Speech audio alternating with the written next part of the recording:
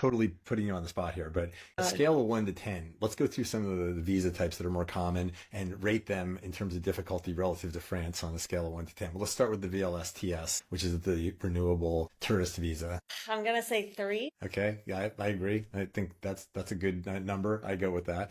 Let's move on to the student visa. What would you say? Scale of 1 to 10. maybe five. Okay.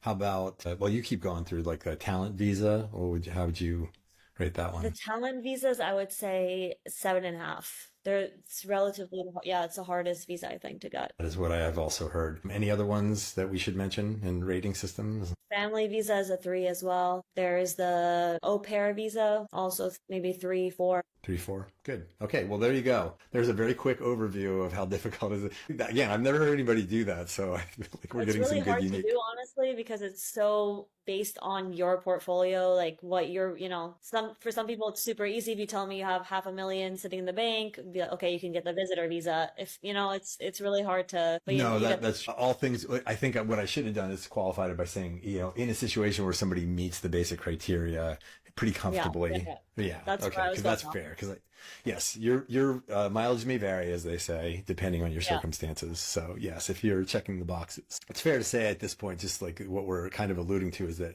French bureaucracy is bureaucracy, and it's just like anywhere else. It's has its own particular flavor. It's a bit difficult depending on the prefecture that you're dealing with. Like, for example, Nice is infamous for having the most difficult prefecture in France, according to some people that I've talked to anyway, even lawyers. But go ahead, give me your What I'm opinion. gonna say is everyone says that about their prefecture, so I don't Oh, know is which that one. right?